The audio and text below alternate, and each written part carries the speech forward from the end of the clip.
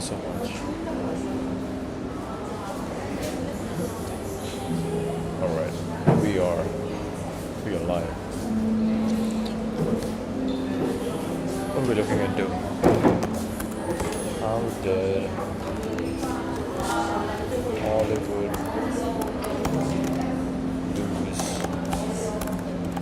to YouTube? Let's look into this. How did Hollywood lose to YouTube? Because there is right now this new indie movie that just came out, and it seems like what it ended up doing is it ended up putting Hollywood on the back foot. And there is this new movie. We don't know what it's all about. Maybe we'll watch it, but let's see. There's a lot of other interesting things too. Like obviously we have gone deep down the route of spirituality. We have gone deep down the route of philosophy. Yes, we're looking into Schopenhauer and Nietzsche. Today, last time we were looking into the autobiography of Yogi, which is by Paramahansa Yogananda. So let's see.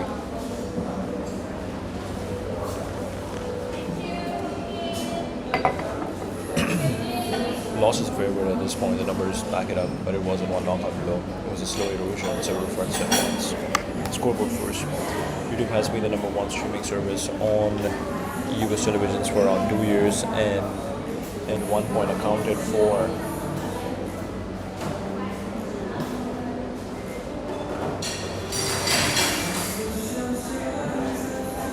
this is cool. This is really cool what we have.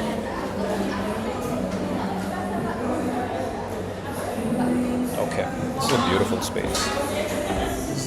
space. Okay. Number one streaming service on US televisions for around 2 years, and Rock One accounted for about as much TV viewing as Netflix and Disney Plus combined, more viewing than any legacy media company. Even adding up all of Disney's networks plus Disney Plus on money, YouTube pulled in roughly 40 billion in ad revenue for 2025, beating the combined advertising of Disney, NBC Universal, Paramount, and Warner Bros. Discovery.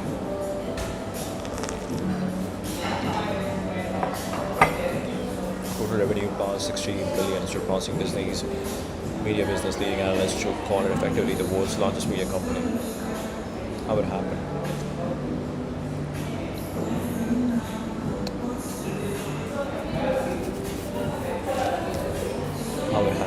Hollywood fought the wrong war. Studios spent a decade in tens of billions battling Netflix and the streaming wars, launching Disney Plus, Max, Peacock, Paramount Plus, while YouTube quietly colonized the actual TV screen. By the time they noticed, YouTube was already one of America's most important TV entertainment providers, and there was a tendency in the industry to gloss over its impact because billions in traditional ad revenue were still rolling in.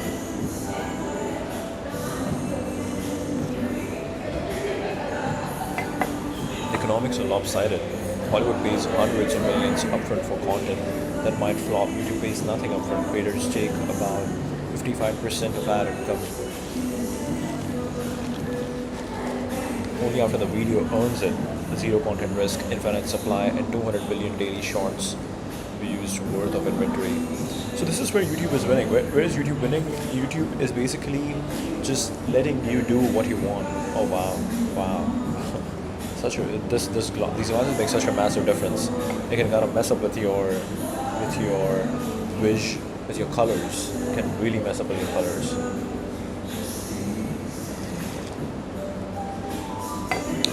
Very interesting. Yeah, all the green starts looking very dull. Oh, interesting. Hollywood pays hundreds of millions upfront for content that might flop. YouTube pays nothing upfront. This revenue split is obviously really important because you want to be able to make money right away. You want to be able to. It's all about money. It's all about like, what are people incentivized to do? If people are incentivized to create, they will create. If people are incentivized to do something else, they will do that. And by having a bunch of collateral damage, a bunch of experimentation, by having a bunch of collateral damage, you are allowing a bunch of experimentation, you are allowing a lot of learnings that only come through failures.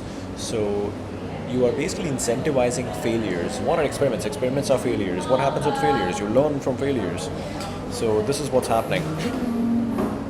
This is exactly what's happening. Okay. 200 billion daily shorts. Advertisers follow the data. YouTube lets brands track outcomes in ways linear TV never could. Attribution, cross-device tracking, real-time performance, while studio revenue keeps falling.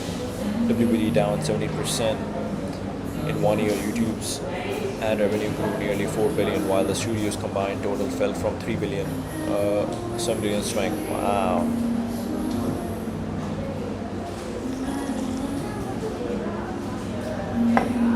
Interesting. 7 billion swing. The audience aged out. Younger viewers grew up treating YouTube as default television, and the habit followed them onto big screens. The majority of US YouTube viewing now happens on TV screens. It also ate adjacent territory. It's now the number one podcast platform ahead of Spotify and Apple. Market-based, where the audience makes the content, picks the winners, and shares the revenue. One model has fixed costs and shrinking attention, the other scales for free. Very cool, very cool. So what is Hollywood doing that? How is Hollywood combating this? Is Hollywood in any way trying to replicate the model of YouTube?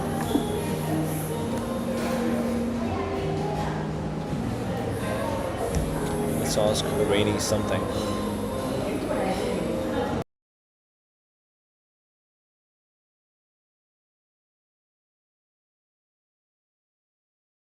Let's leave it. Let's save it. We'll go with what we have today. New studios being built, forced by data, reshape.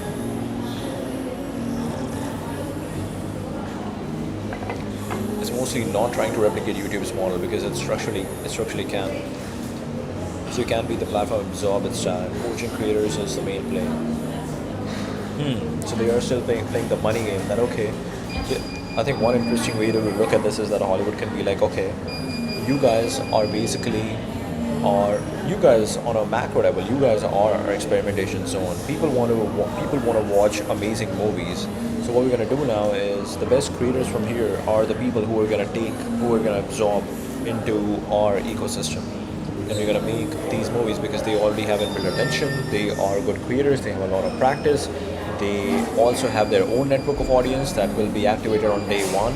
There's a lot of excitement just for the actor itself. This is like proven talent, and now you can just absorb into the Hollywood ecosystem, and then you can okay.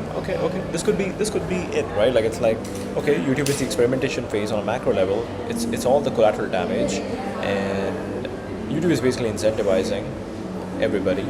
And then Hollywood is where the humanities, the civilization's best art actually gets created and displayed. Crazy. Hulu have launched or announced more than 25 new shows featuring YouTubers and influencers.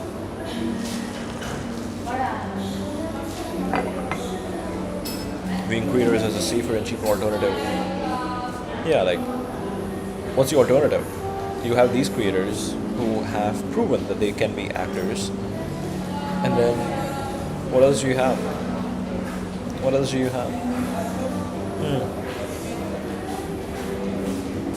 Being creators safe and cheap alternative, developing new shows from scratch, and they are offered flexibilities including licensing older YouTube episodes and even streaming new shows simultaneously with their YouTube launch.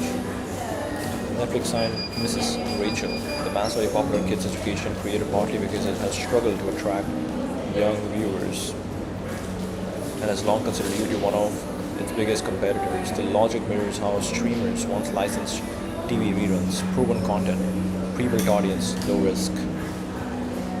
Creator filmmakers are now winning the box office. This is the most dramatic recent development. The two top movies in America recently, Backrooms and Obsession,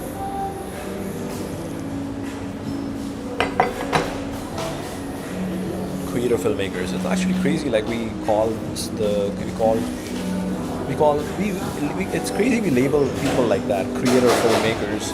What do you mean? How else is a young creator going to create work that they want and put it out there? you can go through the traditional route. You can go through the traditional route of university or film schools or director schools and creator schools and all of that. But still, at the end of the day, you have to create a body of work. You have to create a body of work. You have to put it out there, and that's how you understand that. Are you skilled enough? Are you able to capture people's attention? Are you able to convey a story that moves people?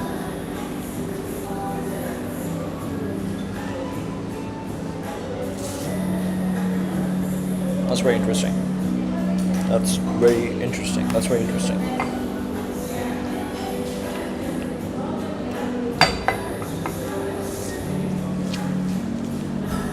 That is very interesting. Okay. Yeah. Why do we label them? It would be interesting to watch. I actually want to watch Obsession. Let's see. We might watch Obsession soon. Because again, we care about high taste art. High taste art.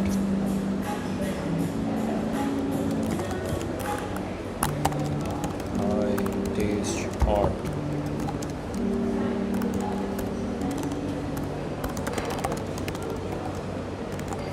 Movie Obsession. Alright, we'll watch it. Backrooms and Obsession came from 20-something filmmakers who honed their craft on YouTube, with Backrooms director Kane Parsons becoming the youngest filmmaker in Hollywood history to top the weekend box office, beating the new Star Wars film. Okay, quick pause.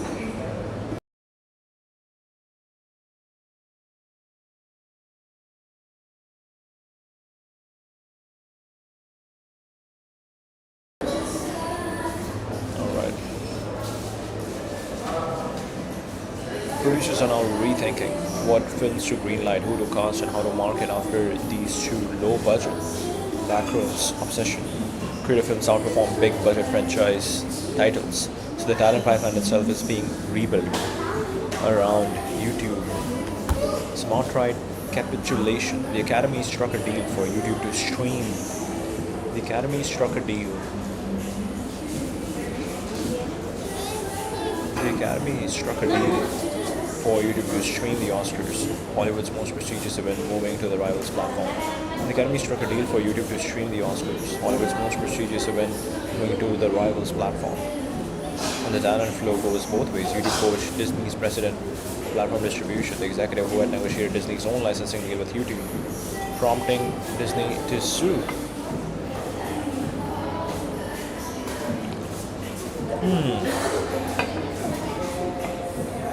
Very interesting.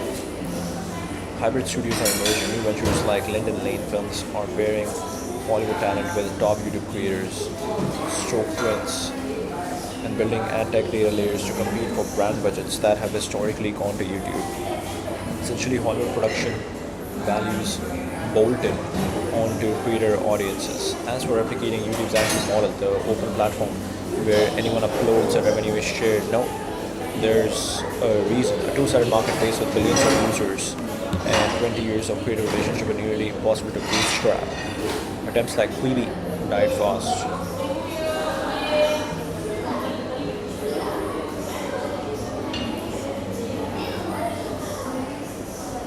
Even YouTube itself abandoned its origins experiment, going the other direction. YouTube previously, it's interesting.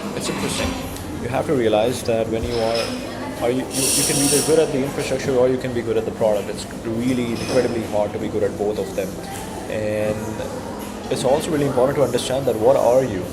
Are you the infrastructure or are you the product? Because right now that's the same thing for me. Am I just the guy who live streams and comes up with ideas, or am I the guy who is known for this one specific idea, this one specific product?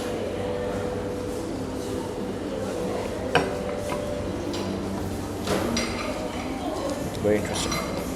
Very interesting.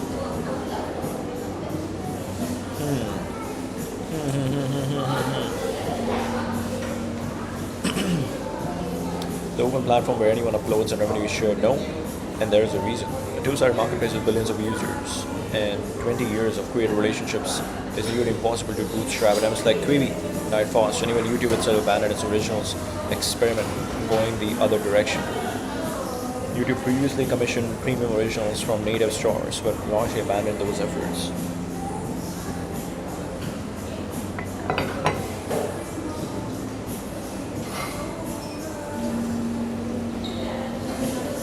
Hollywood become increasingly intertwined. Creator ecosystem and Hollywood. So the emerging equilibrium looks like a division of labor. YouTube as the discovery engine, farm system, Hollywood as the premium graduation tier that buys the winners. Whether that leaves Hollywood as a healthy industry or just a boutique finishing school for YouTube-born talent is the open question. Exactly. It's very interesting. Oh, whoa, whoa, whoa, whoa, whoa, whoa. Yes, exactly. Very vraiment intéressant. Vraiment intéressant.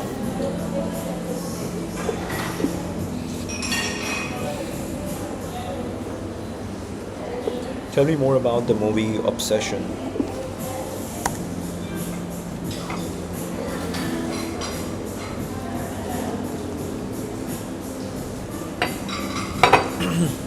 How exciting it is to every single day.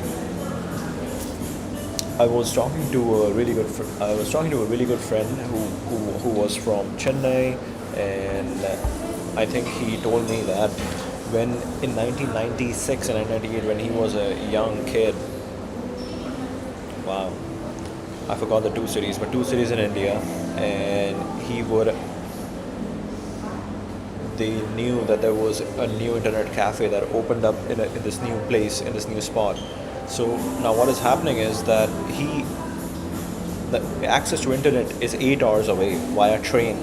So this guy is literally around his friends. He's like getting questions from them that, hey, what questions do you want to ask?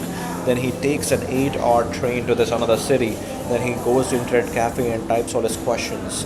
And then he comes back with all the responses on a printed sheet of paper. That is crazy. That is crazy. That is crazy. So this is where we were. This is where we were. This is where internet was. And look at what I'm doing right now. And look at how, even for software, now every single day you open Codex, every single day you open Claude Code or Claude Mac app, and there's a new update. There's a new update. It's like relaunch to update, relaunch to update. It's crazy what we are seeing right now. Like I'm over here on my Claude Mac app, relaunch to update. And we are on v1.11187.4. So just imagine how many updates this app has gone through, and this app came like less than a year ago. Less than a year ago. And how come it has 1187? Yeah, they are going through a shit ton of updates. They're going through a shit ton of updates.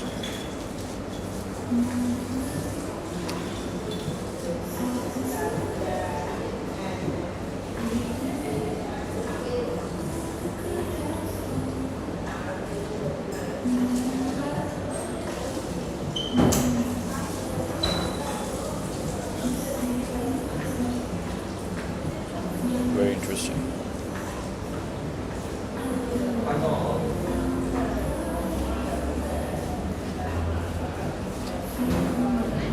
Oh, I like this song.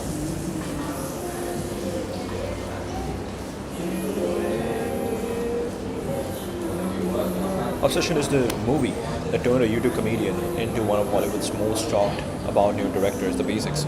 Supernatural psychological horror film written, directed, and edited by Curry Barker in his featured directorial debut.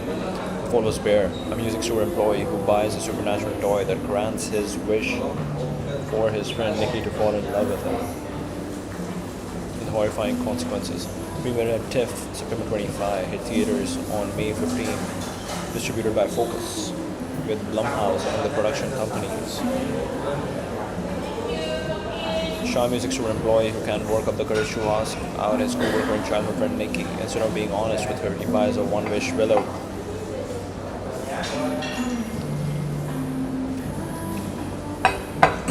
Most customers complain about the results. The wish works, which is exactly the problem. Nikki becomes possessed by a sinister spirit obsessed with Bear, while the real Nikki sporadically breaks through in horror as her friend takes advantage of the situation. Oh my god, wow. That is a very interesting... It's like, we have seen this. It's like a shell. The shell is possessed, but there's inside the soul which is still trying to fight and come out.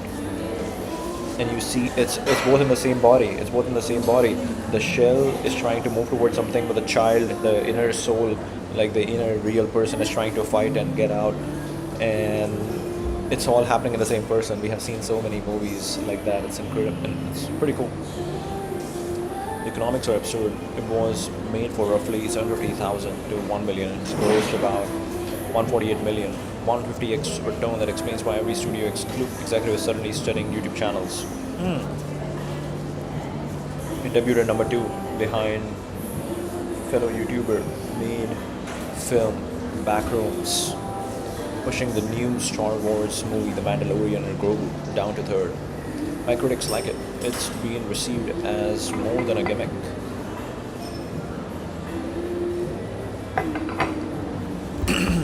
More than a gimmick. Really cool. Reviewers describe it as blending pure terror with dark comedy with a screenplay that can shift from funny to terrifying in a fraction of a second. Marker drawing on his low-budget internet comedy roots.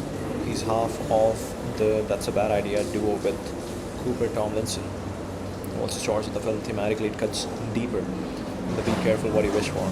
I think something interesting is happening. So right now, what I'm thinking on my buddy.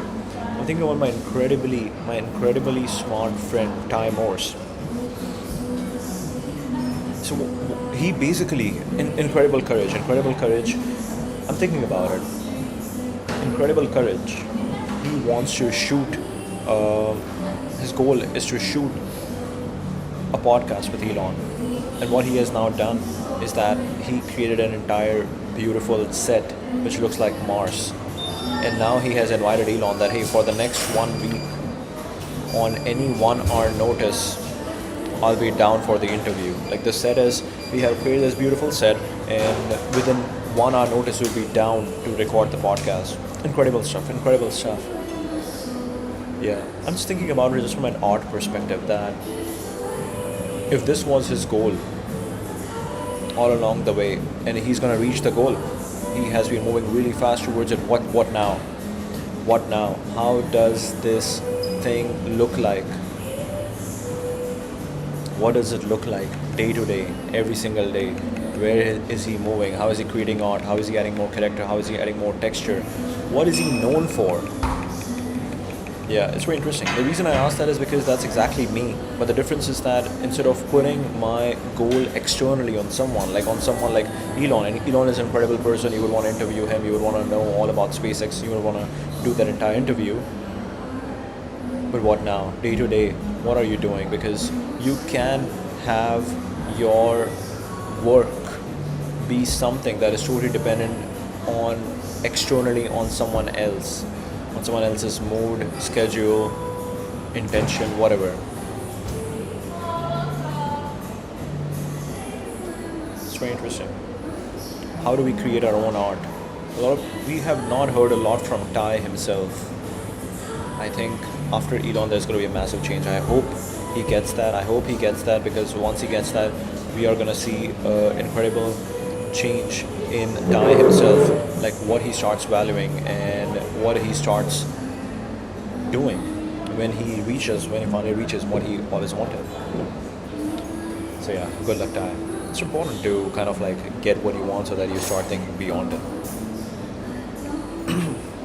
Alright, back to this one obsession. It's been received as more than a gimmick. Reviewers describe it as blending pure terror with dark comedy. The screenplay that can shift from funny to terrifying in a fraction of a second. Drawing his low-budget internet comedy roots. He's off of That's a Bad Idea too, who also stars in the film. Portraying Nikki accurately as a victim was as important as making her scary, calling it a tragic story about a man and a woman.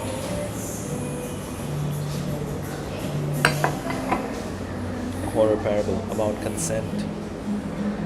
One critic argued the truly terrifying question isn't could I end up like Nikki, but could I or someone I know be tempted to do what Bear did? Very interesting. Insanely demented love story from Curry Parker. You don't only have to have a cool story, you don't only have to have like a really sick story, but you also have to then manufacture that art in a beautiful way so that it's an engaging story, which is crazy. The cast includes Michael Johnston as Bear, Michael Johnston as Bear, Inde Navarrete, Inde, Inde, Inde, Inde, Inde, Navarrete as Nikki, plus Cooper Tomlinson, I don't know how to say her name, Megan Lawless, and Andy Richter, yes, Conan's Andy Richter as Bear's boss. A lot about how fast Hollywood moved on him following his 2024 debut Milk and Cereal. He now has a full slate including Blumhouse's Anything But Ghosts and A24's new Texas Chainsaw Massacre. Even Steven Spielberg has publicly applauded the box office success of Obsession and Backrooms.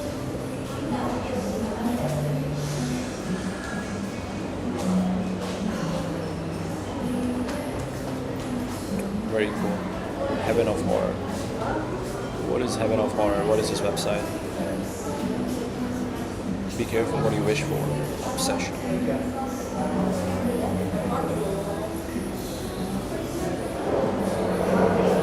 Very cool.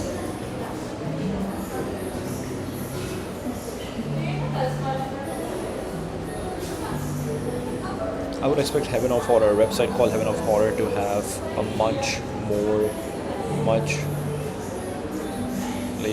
very aesthetic Heaven of Horror. That's a very good domain name.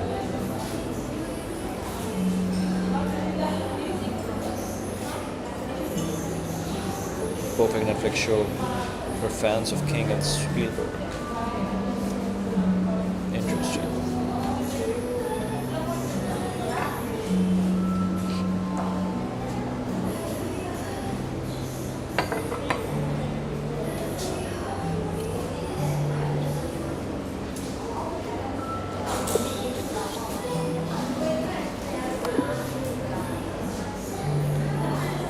What are we curious about?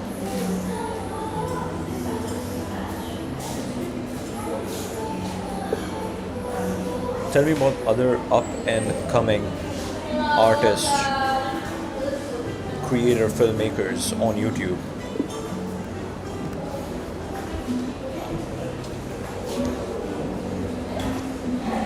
Up and coming, okay.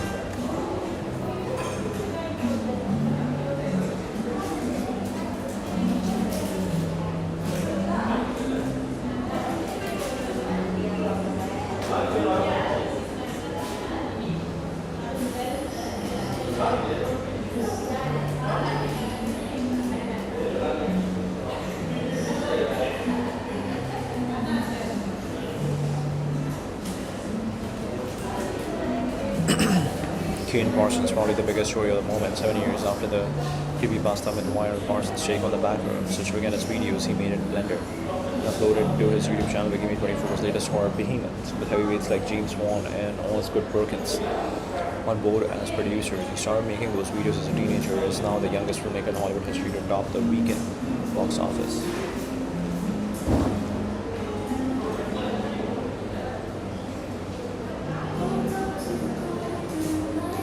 His vision to be his calling card rather than his personality. Curry Barker. Loyal audience to short films and horror experiments online, he didn't transition from internet celebrity to filmmaker. He used the internet to become a filmmaker. Internet celebrity to become a filmmaker.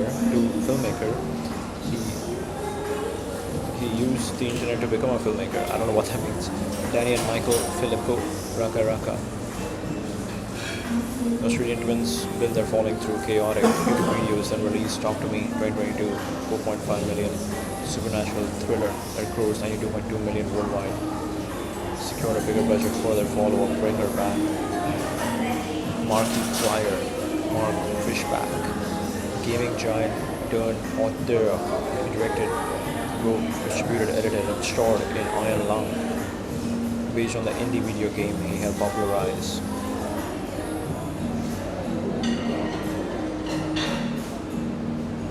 $51 million on a $3 million budget. Wow. 50,000 gallons of fake blood. Making theatrical and YouTube distribution deals himself. That last part is notable. He bypassed studios entirely. Internet contrast case, the YouTube film critic made his directorial debut with horror film Shelby Oaks.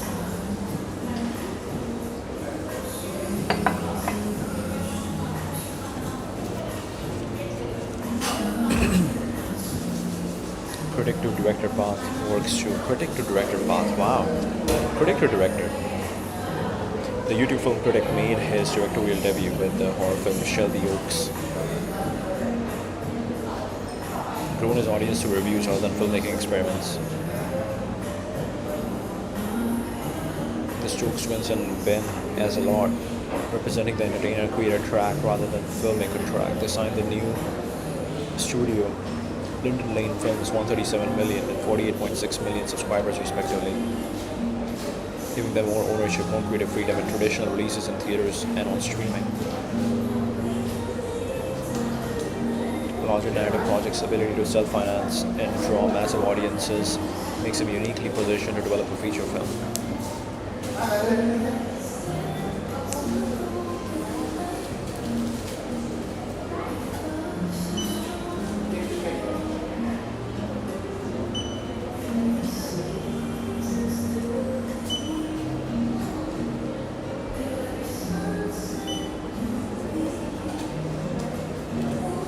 What are we curious about now? What are we curious about?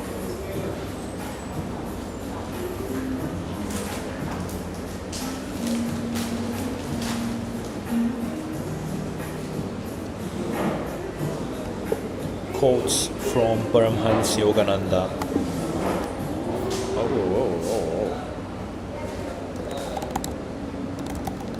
Paramhans Yogananda. Let's see.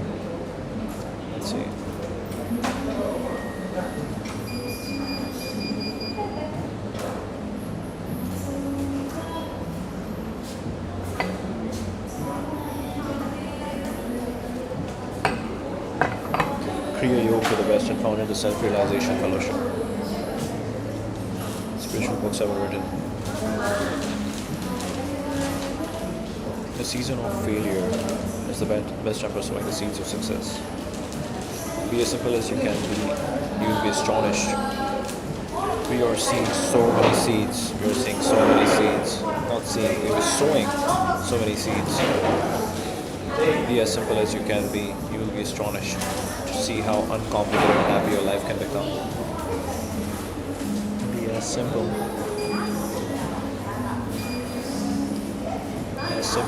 as you can be. Change yourself and you have done your part in changing the world. Change yourself. Environment is stronger than willpower. Exactly. Environment is much stronger. Environment is very strong than willpower. This is the reason we come to network school. The happiness of one's own heart alone cannot satisfy the soul. One must decide. One must include the happiness of others.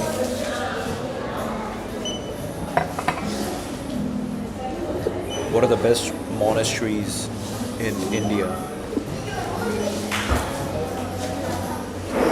I've never been to a monastery. I want to go to a monastery. We'll see.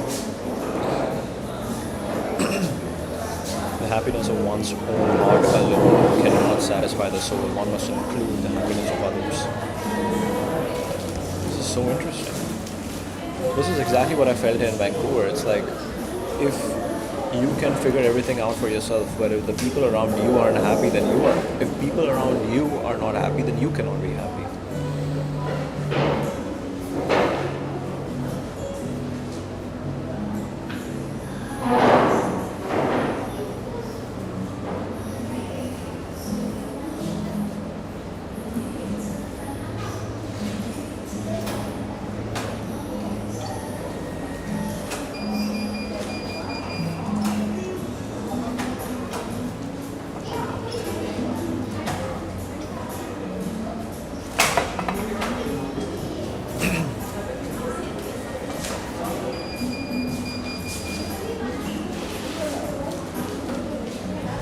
On happiness.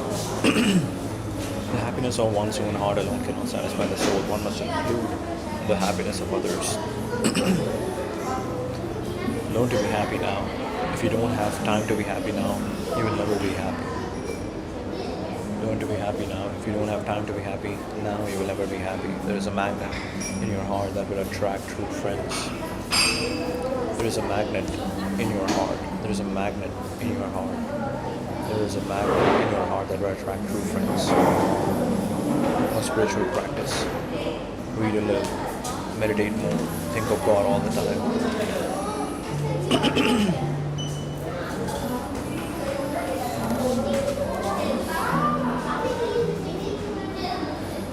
How do I do that? What does that mean?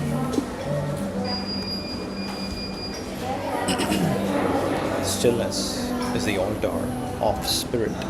Stillness is the altar of spirit. You do not have to struggle to reach God, but you do have to struggle to tear away the self-created veil that hides Him from you. You do not have to struggle to reach God, but you do have to struggle to tear away the self-created veil that hides Him from you.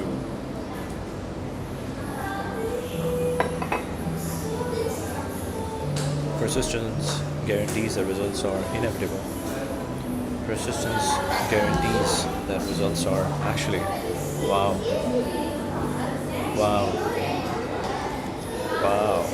I feel like I just must send this to my buddy who is right now.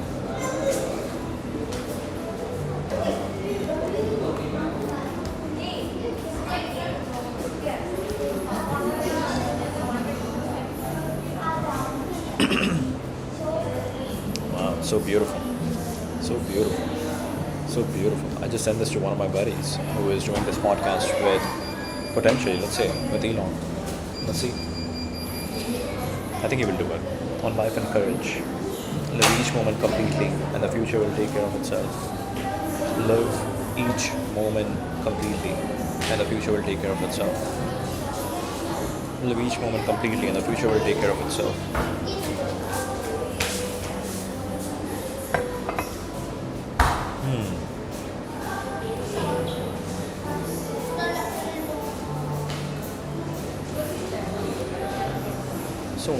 So interesting. It's very interesting when people keep saying that what's your plan, what's your dream, what's your plan, what's your dream. I'm like, you can't be rigid about things because it's not going to happen. It's not going to happen exactly how you thought. The more rigid you are, it's not going to happen exactly how you think. So what you got to do is you just got to do is keep doing the right thing for right now. You just got to keep making the right decision for right now. That's it. What's right now? And you will iterate towards whatever makes sense. And it's both. It's the vision that you have in your mind, and it's the reality, how the world works. And the answer is somewhere in the middle. It's not gonna happen exactly how you thought. It's not gonna. And obviously, if you don't do anything, then the reality is gonna happen this way. But then there's a middle path where the vision you have and the reality keeps interacting with each other, and then you reach somewhere. There are no obstacles, only opportunities. There are no obstacles, only opportunities. I think this is very interesting. Like right now, this entire visa situation in Malaysia to stay in network school, this is an opportunity because when you have this deadline makes you think that, okay, while everybody is planning 6 months out, you are only thinking 20 days out. Like it's 7th June, I'm only thinking until 29 June. I want to make the most out of this time, and then I will think about rest after that. I don't know what's going to happen after that. I don't even want to think after that. I just want to make the most out of my time right now. I'm going to come every single day over here, hopefully find this spot empty, and I want to get really good amount of rest. I want to have 1-2 really good conversations every single day. I want to get into flow state, at least 1 really good flow state, and 2 if I can, and ideally 2, but definitely 1 really good flow state. 1 really good live stream. Yeah. We're gonna make the most out of this time. Live each moment completely and the future will take care of itself. There are no obstacles, only opportunities. Forget the past, for it is gone from your domain. Forget the future, for it is beyond your reach. Control the present, live supremely well now. And what a of honesty. Quotes attributed to Yogananda circulate widely online and freezing sometimes drift from the original text or get misattributed entirely. If you wanted verified wording, I think you cannot really rely on Claude for this kind of stuff, because just because of copyright issues, they don't actually end up pulling straight from the original version. They try to pull from second-hand resources. Man's eternal quest, the divine romance, and sayings of Paramahansa Yogananda. Okay, let's look into this one. Did not mean repeat religious thoughts every second or force your mind into a constant theological monologue. He meant something subtler. Make the deepest thing in your life the thing you continually return to.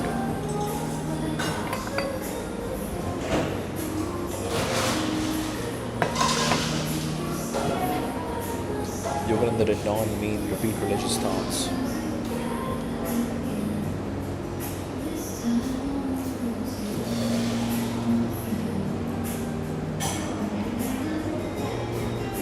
Force your mind into a constant theological monologue. He meant something subtler. Make the deepest thing in your life the thing you continually return to.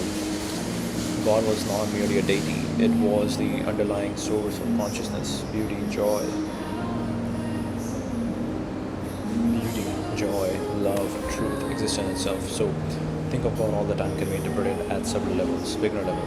Set aside moments during the day to remember the divine. A few minutes of meditation in the morning, brief prayer before meals, gratitude before sleep, like periodically glancing at a compass while hiking. Intermediate level, keep part of your attention connected to something higher while doing ordinary activities, while walking.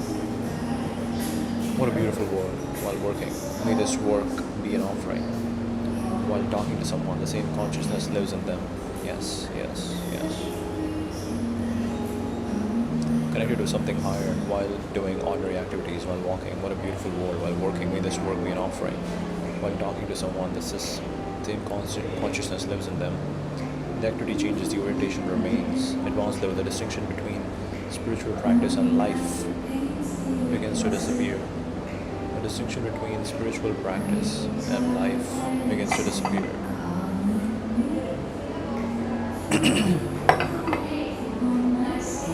You are not occasionally remembering God. You are experiencing beauty as God, love as God.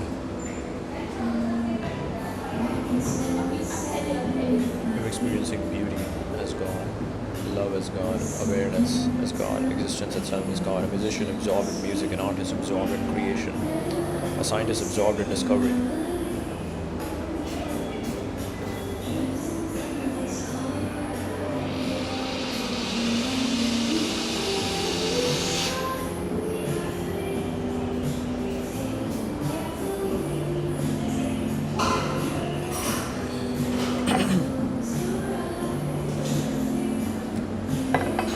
A musician absorbed in music, an artist absorbed in creation, a scientist absorbed in discovery, a monk absorbed in meditation may all touch this state. A musician absorbed in music, an artist absorbed in creation, a scientist absorbed in discovery, a monk absorbed in meditation may all touch this state. Modern translation: if the word God feels abstract, Yogananda's instruction could be translated as keep returning your attention to what is ultimate, or do not become completely hypnotized by trivial things.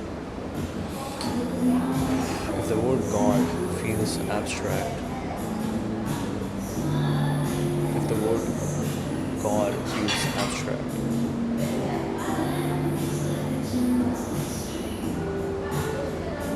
Yogananda's instruction could be translated as keep returning your attention to what is ultimate, or do not become completely hypnotized by trivial things. Most people spend the day thinking about emails, money, status, traffic, notifications, and worries. Most people spend the day thinking about emails, money, status, traffic, notifications, and worries. Yogananda is saying, remember the deepest reality more often than you remember your problems. That is the practice. This full sequence is telling read a little, meditate more, think of God all the time. In other words, knowledge is good, meditation is better, but carrying the spirit of meditation into every moment is the real goal.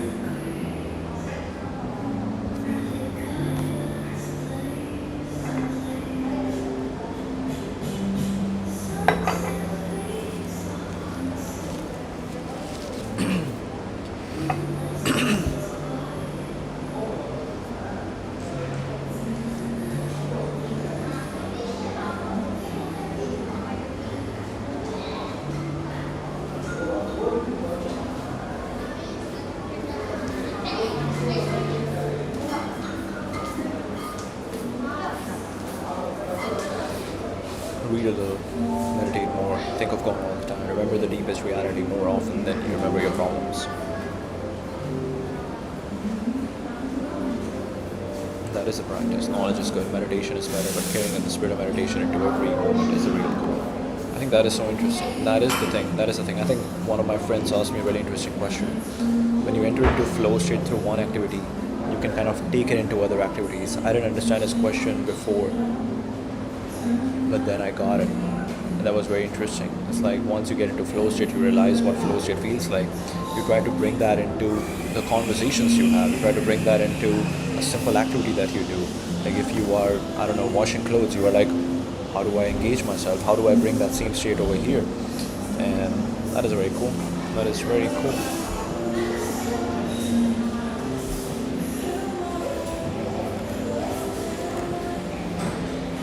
Advanced level. Spiritual practice and life begins to disappear. You're not occasionally remembering God, you're experiencing beauty as God, love as God, awareness as God, existence itself as God. A musician absorbed in music, an artist absorbed in creation, a scientist absorbed in discovery, a monk absorbed in meditation may all touch this state.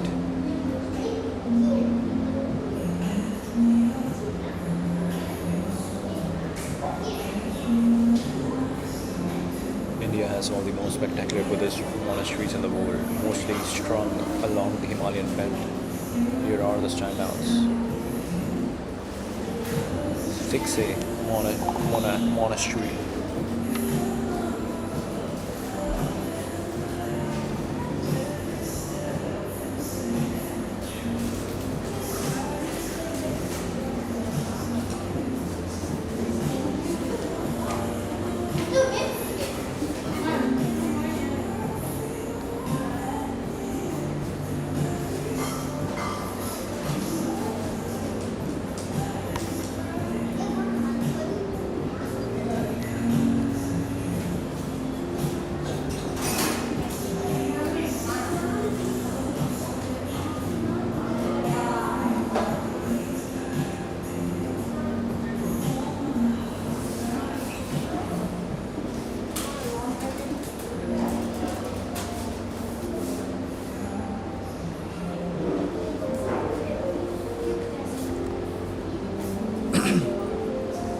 Ladakh, the densest concentration of great monasteries in India. Wow. Fixe, a 12-story complex that resembles Lhasa Butala Palace with a stunning Maitreya Buddha statue. The dawn prayer ceremony, which the chants echoing over the Indus Valley, is the single best monastery experience in India for many travelers. The wealthiest and one of the oldest, hidden and gorged by superb museum artifacts dating back centuries. The smallest dance festival is Ladakh's biggest cultural event. In the Nubra Valley, the oldest Gompa in the region, famous for its 106-foot Maitreya Buddha gazing over the Shok River toward Pakistan.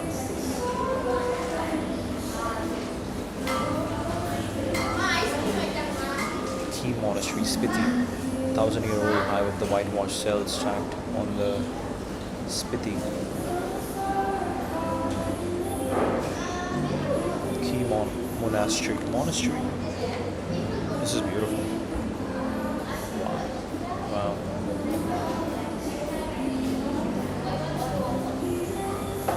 Himis Tikse.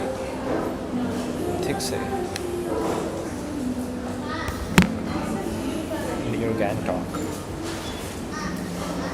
The seat in exile of the Karmapa lineage with a famous golden stupa. Security tried to carry a passport for entry.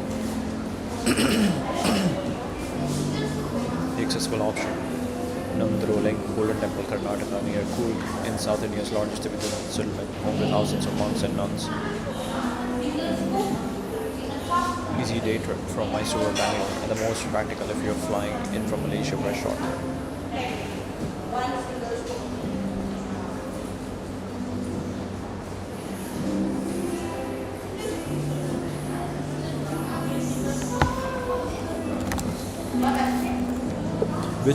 In which of these monasteries can I stay for a month?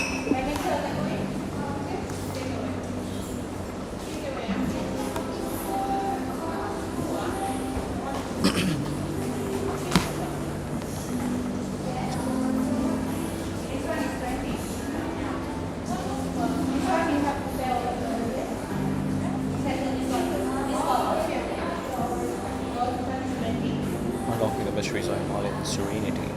3-day staying experience in key monastery of Spiti Valley.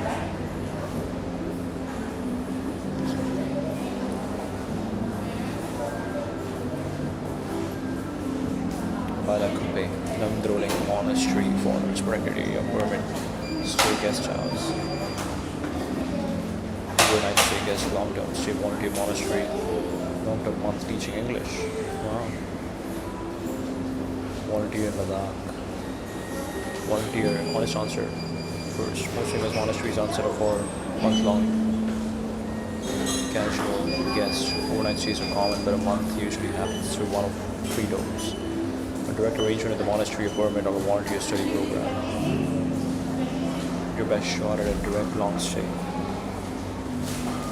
So on the few that generally holds guests inside the monastery, there is no separate tourist guest house. You are given accommodation in the existing Lama quarters, only meeting with the monks at the minimal cost of around $250 per night, including food. Travelers have stayed multiple days for a month. You need to contact the monastery well in advance and ask the office directly. Long stays are at the discretion of the senior lamas, and it's much better if you frame it as a study retreat rather than cheap lodging. Obviously, one caveat: rules are simple but firm. Quiet, no alcohol, no drugs, no smoking. Dinner at 6 p.m. and winters are brutal. Okay. Spiti, key monastery.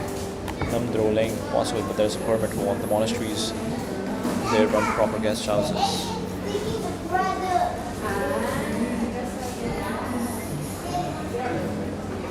Protected area permit is mandatory for foreigners to stay overnight.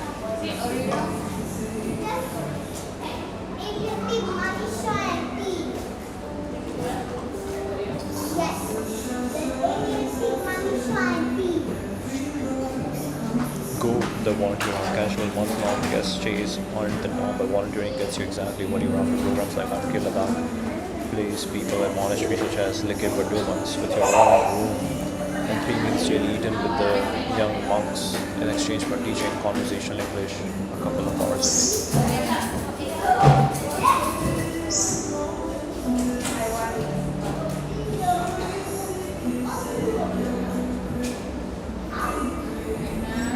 Ladakh, Dixon.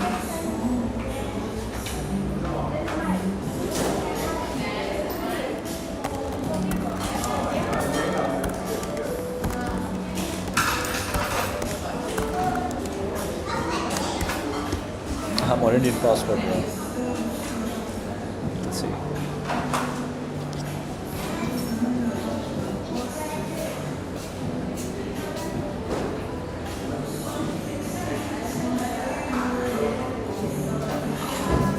Spiti.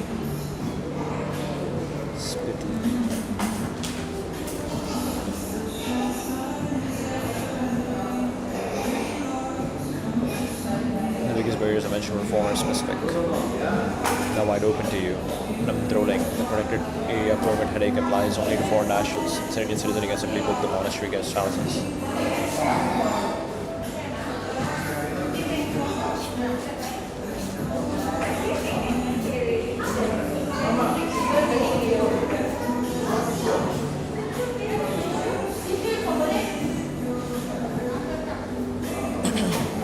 Your most comfortable month-long option, mild climate, no altitude issues, year-round access. Namdroling.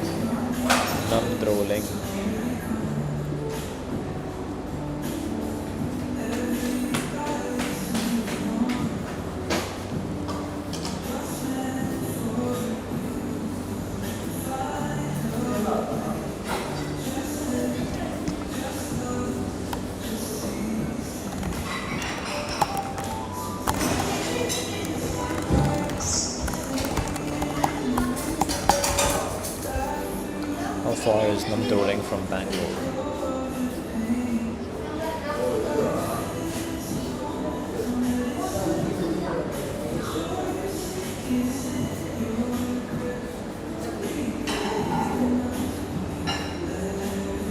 No permit, just a fee for Dobra. No longer need an inner line permit at Ladakh. replaced by the Environment and Development fee in 2021. You pay roughly $590 for a 7-day trip online.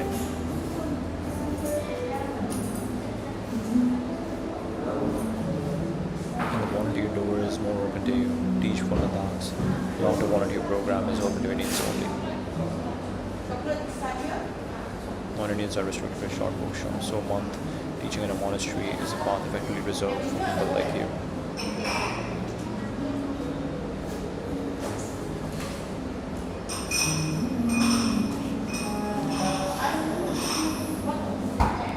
How to volunteer in Ladakh?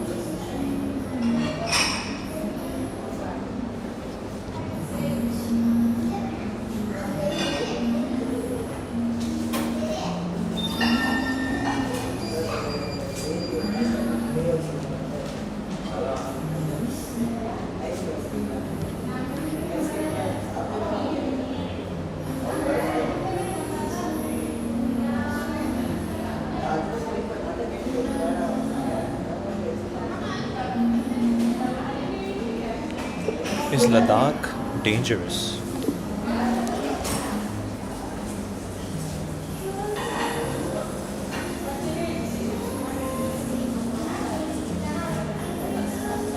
Thick say. Volunteer door is more open to you. Teach for Ladakh's long-term volunteer program.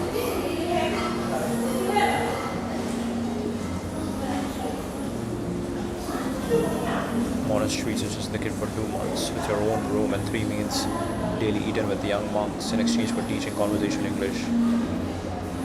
Volunteer English teachers at monastery schools, typically for 2 months or 1 month of practicing teachers. It's probably the richest month-long monastery experience available.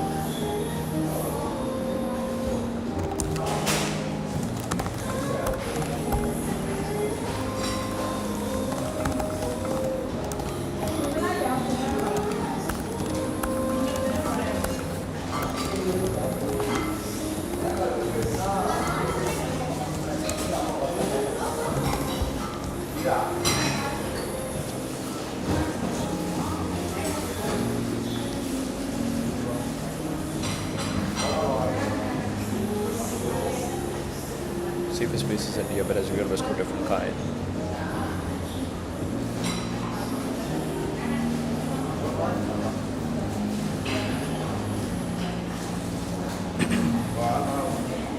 Union Territory has not witnessed terrorist attacks and is widely considered one of the safest, most tourist-friendly destinations in India.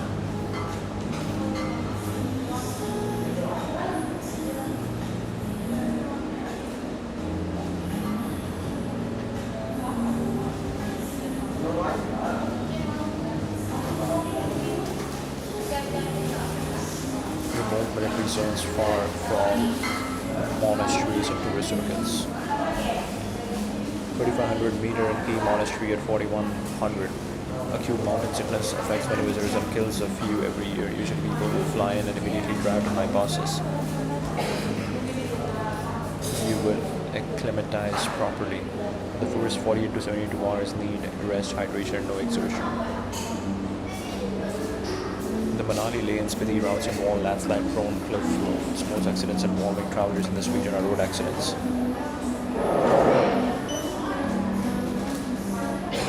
Remoteness, thin medical infrastructure outside Leh, patchy connectivity, and winter isolation. A month-long stay needs a buffer mindset. Roads and flights get cancelled.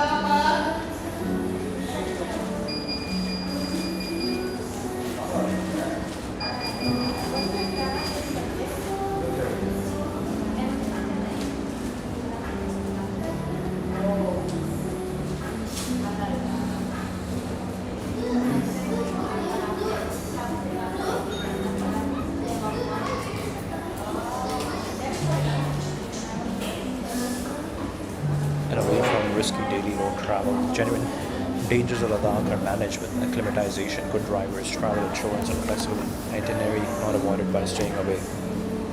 Not avoided by staying away. This is really cool. This is really cool.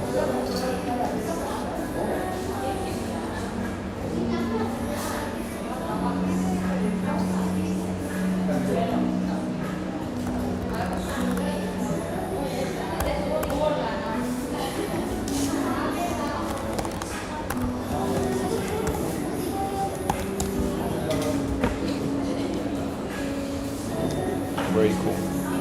Very cool. Very cool.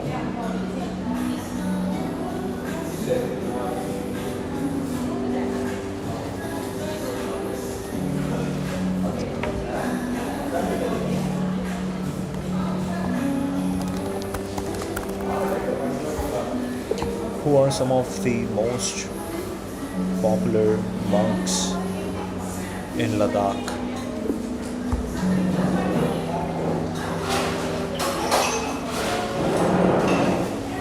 Who are and were?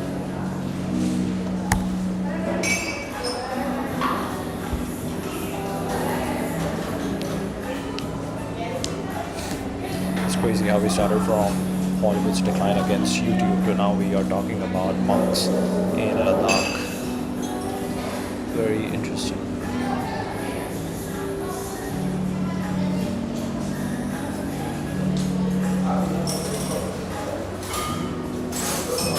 Architect of modern Ladakh, Lee's airport is named after him. His reincarnation, the current Bakula Rinpoche, continues this lineage.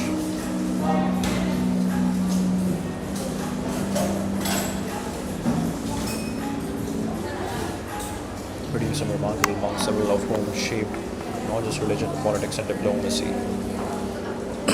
The towering figure, 19 Kishore Bakula Rinpoche. No Ladakhi monk comes close in stature. Born into the Matho branch of Ladakh's royal house and recognized by the 13th Dalai Lama as the reincarnation of Bakula Arhat, one of the 16 Arhats said to be direct disciples of the Buddha. He became an Indian Buddhist Lama who served as India's ambassador to Mongolia and is known for reviving Buddhism in Mongolia and Russia. He was also a member of India's parliament and is often called the architect of modern Ladakh. Since reincarnation, the 20th Kushok Bakula Rinpoche was born in 2005 in Nubra Valley and enthroned in 2010 at Spituk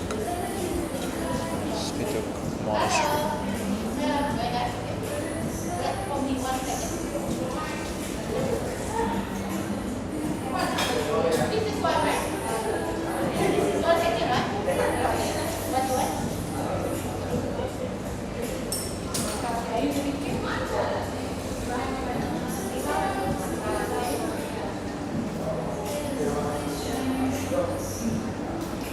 2010 at Spituk Monastery, now a young man being groomed for the same role.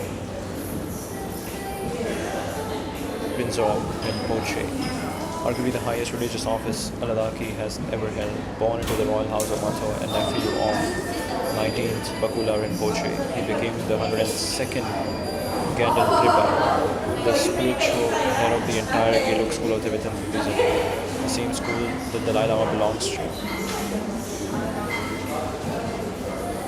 A Ladakhi leading the Gelugpa order worldwide was an extraordinary moment. Togdan Rinpoche, enthroned as leader of the Drikung Kagyu lineage for Ladakh at age 5, he served as the head Lama for all Tibetan Buddhist lineages in Ladakh, effectively the region's senior most religious authority for decades, deeply loved across sects. The Gyalwang Drukpa, non-Ladakhi by birth, but enormously popular there. He is the spiritual head of the Drukpa Kagyu lineage, which runs Hemis and many other Ladakhi monasteries. Founded the Druk White Lotus School near Shea, the Rancho School. Whoa, Druk White Lotus School. Many other Ladakhi monasteries. He founded the Druk White Lotus School near Shea, the Rancho School, famous by 3 idiots and champions environmental causes, and the famous Kung Fu nuns.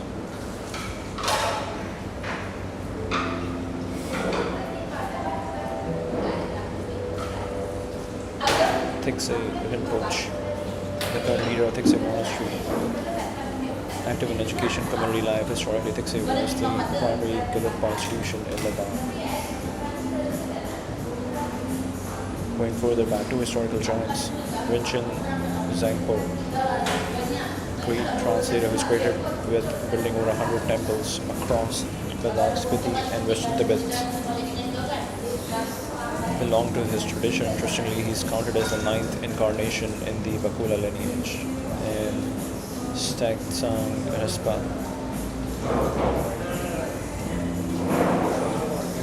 honored him since cemented Drukpa Kagyu's dominance in Ladakh. Gelo Tikse Spitok Likit Diskit Drukpa Kagyu Hemis Chimre or Drikung Kagyu tells you whose lineage and which of these figures the monks revere.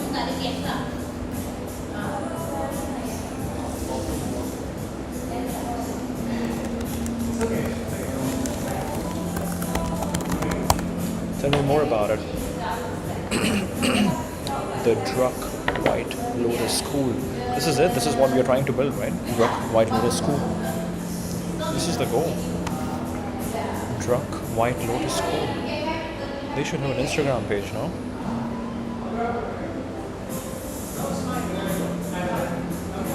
Druk White Lotus School.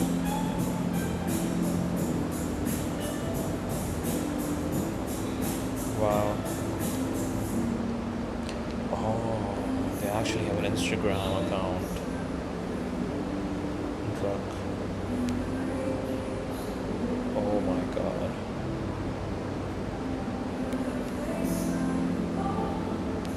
There's a school, eco-friendly school in Ladakh, Indian Himalayas education for over 850 girls and boys, age 4 to 16, still expanding, also known as Rancho School.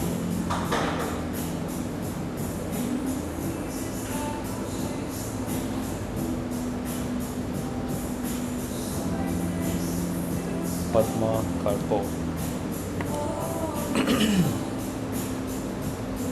is one of the Ladakh's most interesting institutions, sitting at the intersection of Buddhism, cutting-edge architecture, and Bollywood fame. Cutting-edge architecture and Bollywood fame. What it is and why it exists. We started at the request of the people of Ladakh who wanted a school that would help maintain their rich cultural traditions based on Tibetan Buddhism while equipping the children for life in the 21st century. It was established in the 90s under the patronage of the Gyalwang Drukpa, the monk I mentioned earlier, head of the Drukpa lineage that runs Hemis, with the Dalai Lama as a supporter. The name honors the great Drukpa scholar Pemo Karpo, Padma Karpo, meaning the white lotus. Padma Karpo. In the local Bodhi language, it's owned and governed by local Indian NGO, the Padma Karpo Educational Society, with support from the UK registered Drukpa Trust. Students learn English and Bodhi alongside a modern curriculum, modernity without cultural erasure. The architecture is world famous in its own right. The campus was designed pro bono by Arup, the renowned London engineering and architecture firm, and has won several national and international awards for leading edge environmentally friendly architecture, suited to Ladakh's extreme weather, passive solar heating, solar powered systems, water efficient design, earthquake resistant timber and granite construction. Architecture students from around the world come to study it. Wow. Wow.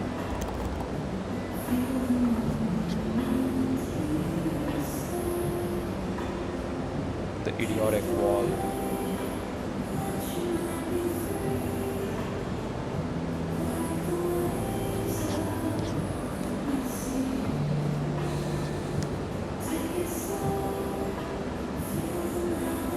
Busho, Bakula, Rinpoche Airport and Lake, took a cab to visit Rancho School. Upon reaching Lake and drive 20 to 30 minutes, which is situated in Shea Village.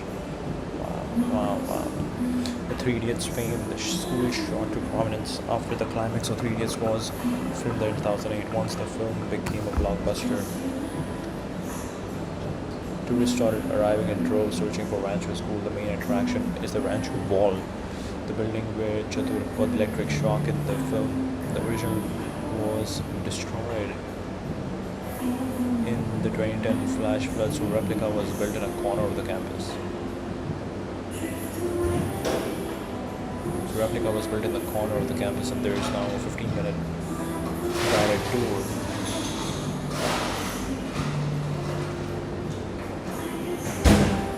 guided tour, a ranchos cafe, and a souvenir shop. The school has mixed feelings about this. It appreciates the popularity but doesn't want the Bollywood link to overwhelm its identity and principles.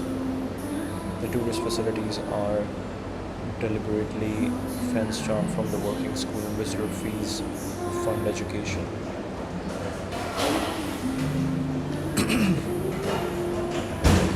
It appreciates the popularity but doesn't want the Bollywood link to overwhelm its identity and principles. It's also growing. A branch school opened in Khache in Kargil district in 2010, initiated and owned by the local community, providing English in both the education and an area that predominantly focuses on Urdu, Kargil.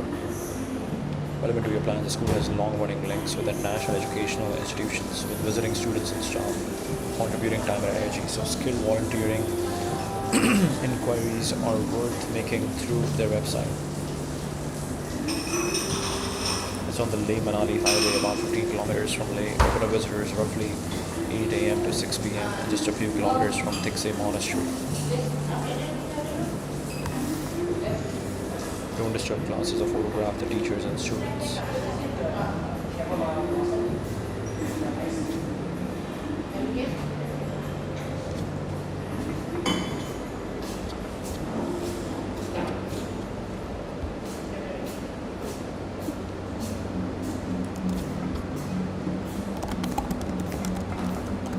Quotes from the 19th Kishore Bakula Rinpoche.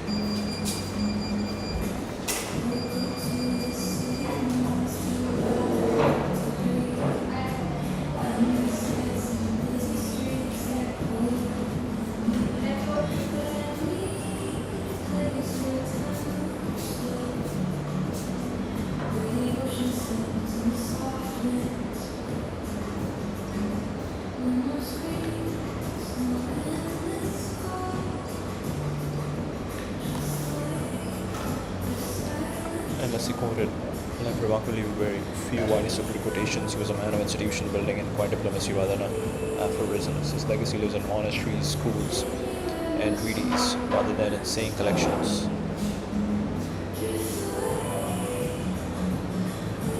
His famous recorded statement, which proved prophetic, he forecast long ago that Ladakh would attain Union Territory status, though there could be some delay. Adding that its destiny lay in separation from the state of Jammu and Kashmir. He said this decades before it happened in 2019 on Ladakh in India. During the turbulence over Kashmir's future, a section of people in Kashmir demanded a plebiscite. Rinpoche categorically stated that Ladakh would never go to Pakistan and would remain with India. He backed words with action. During the 1962 war, he allowed Indian troops to convert a section of his Bithuk monastery into a makeshift military hospital. Once more abundant is what others say about him, which sketches the man well. Prime Minister Vajpayee at his death said that in the passing of the noble Lama Kishore Bakula, India has lost a great saint, guide and inspiring personality of the Buddhist world. Manmohan Singh called him the architect of modern Ladakh. Prime Minister Vajpayee at his death said that in the passing of noble Lama Kishore Bakula, India has lost a great saint, guide and inspiring personality of the Buddhist world. Manmohan Singh called him the architect of the modern Ladakh, and his reverence abroad is extraordinary for any monk. Bronze statues of him stand in Moscow.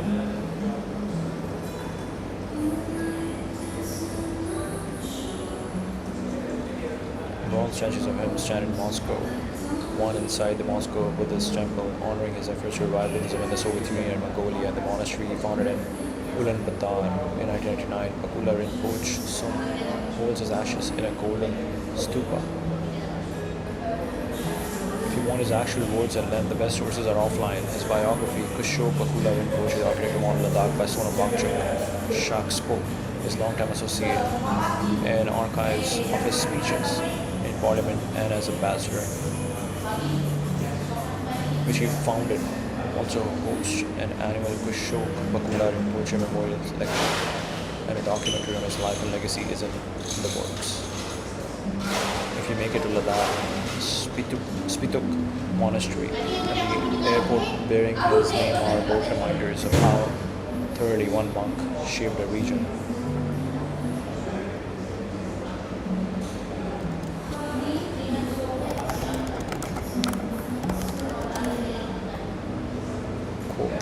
Prime Minister Vajpayee.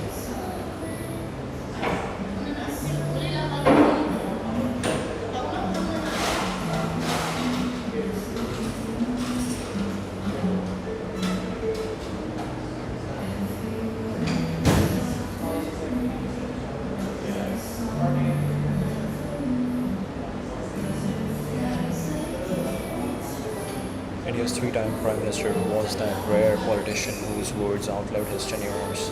A poet and orator first statesman second era, some of his most well-attested lines on democracy.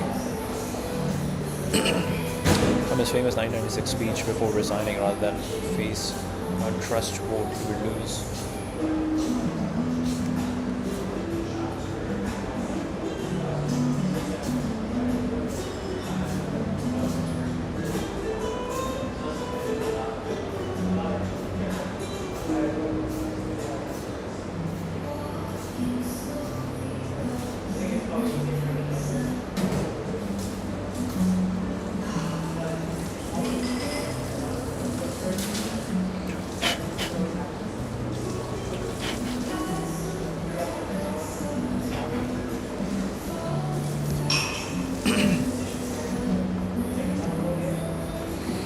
On democracy, governments will come and go, parties will be before resigning rather than face a trust vote he would lose.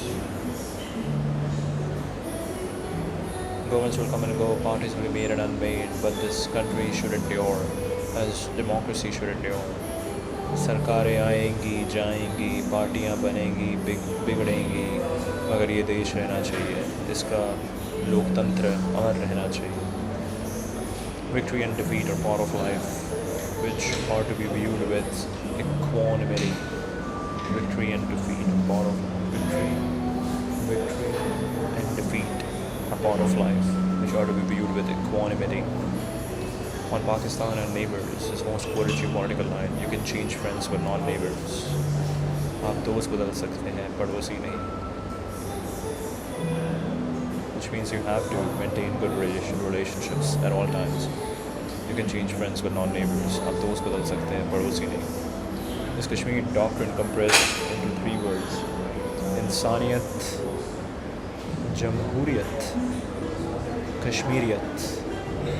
Humanity, democracy, Jamhuriyat. Humanity, democracy, the inclusive culture of Kashmir, Kashmiriyat. Insaniyat, Jamhuriyat, Kashmiriyat. Humanity, democracy, and the inclusive culture of Kashmir. On nature and progress, Jai Jawan, Jai Kisan, Jai Vigyan. Adding hail signs to Lal Bahadur Shastri's slogan after the 98 Pokhran nuclear test. Jai Jawan, Jai Kisan, Jai Vigyan. Jai Jawan, Jai Kisan, Jai Vigyan.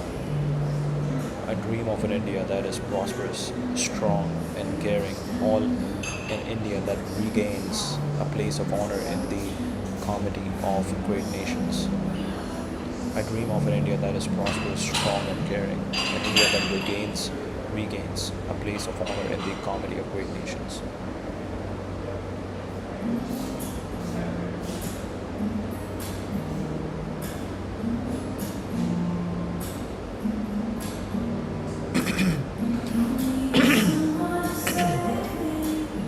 From his poetry, he published several collections including मेरी 51 कविताएं. No one becomes great with a small mind. No one can stand with a broken spirit. छोटे मन से कोई बड़ा नहीं होता, टूटे मन से कोई खड़ा नहीं होता. No one can stand with a broken spirit. No one can stand with a broken spirit. छोटे मन से कोई बड़ा नहीं होता, टूटे मन से कोई खड़ा नहीं होता. I will not accept defeat nor pick needless quarrels. हार नहीं मानूंगा, रार नहीं ठानूंगा. Oh wow, I actually understand the English version than the Hindi version. Interesting. His signature refrain after surviving political setbacks: गीत नया गाता हूँ, I sing a new song. A footnote connecting back to your earlier question: the Bakula Rinpoche tribute I quoted, calling him a great saint, guide, and inspiring personality of the Buddhist wrote wars, march pairs, delivered when he later met in 2003. The two men, monk and poet politician, shared a generation nation building.